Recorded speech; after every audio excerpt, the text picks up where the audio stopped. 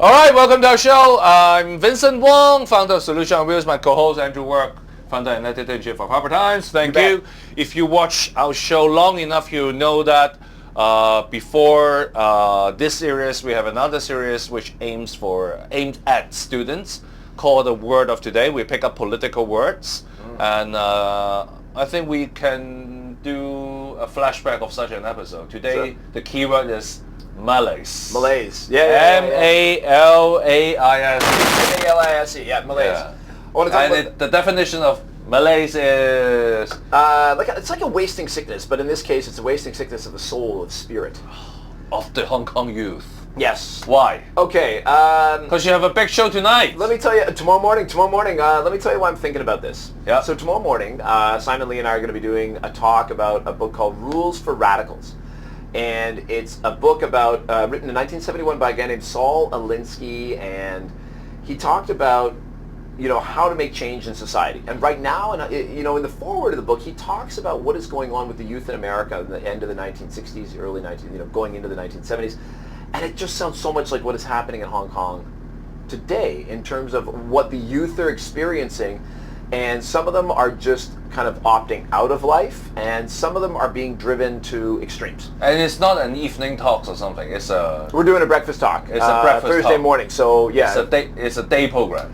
Yes. Okay. Oh, no. It's just a morning. 1 hour, about an hour and a quarter. So people can get in there, get the goods, get out. Because I always thought that it's an evening program. No. Morning. We do a lot of evening programs. Okay. Yeah. All right. So it's a morning program. One English session, one Cantonese session. If people are interested, Google ticket flap rules for radicals, and it'll come up, no problem.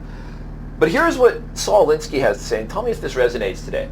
He says, for young people, he says, they have no illusions about the system, but plenty of illusions about the way to change our world, right?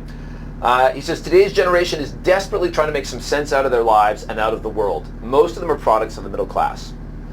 They have rejected their materialistic backgrounds, the goal of a well-paid job, suburban home, in our case, buying a flat, automobile, not so much for Hong Kong, country club membership, super rich. First-class travel, status, security, and everything that meant success to their parents. They are rejecting all that. Does that sound a little bit like Hong Kong? I hear that.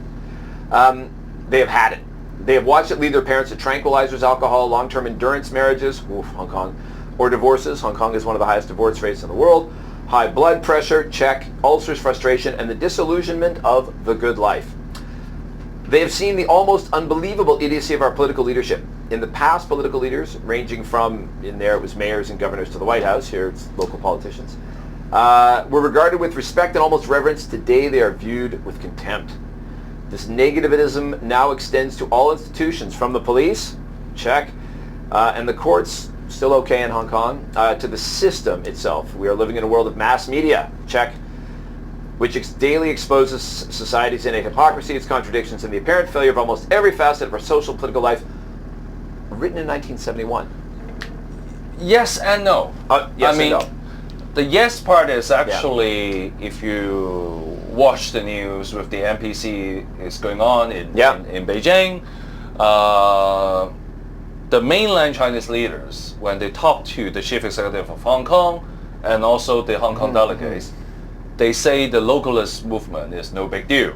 Right. It's nothing special because it's a global trend. Yeah. So that part is a yes to what you have just read to us. Yeah. The no part is, in 1971, we do not have something called social network. Right. And with social network, we are magnifying some part of what you have just read. Oh, yeah. And eliminate some other part. Yeah. For example, the role of mass media. Yeah. Versus the role of... he was calling it mass media. Yeah. But the role of social network. Yeah. Have similar, but yet different impact. Yeah. To the youth of Hong Kong. So it will be very interesting to see the Q&A part. During the session tomorrow morning. Session. Yeah. Yeah, I think it's really interesting. And what you say about the people in Beijing, specifically they said over the weekend, if I remember correctly, that the young people, the localists lack education. And one of them said. Alinsky writes about the generation gap. Yeah, one of them said. And he says, old people say, when you are older and you learn more, then you will understand things.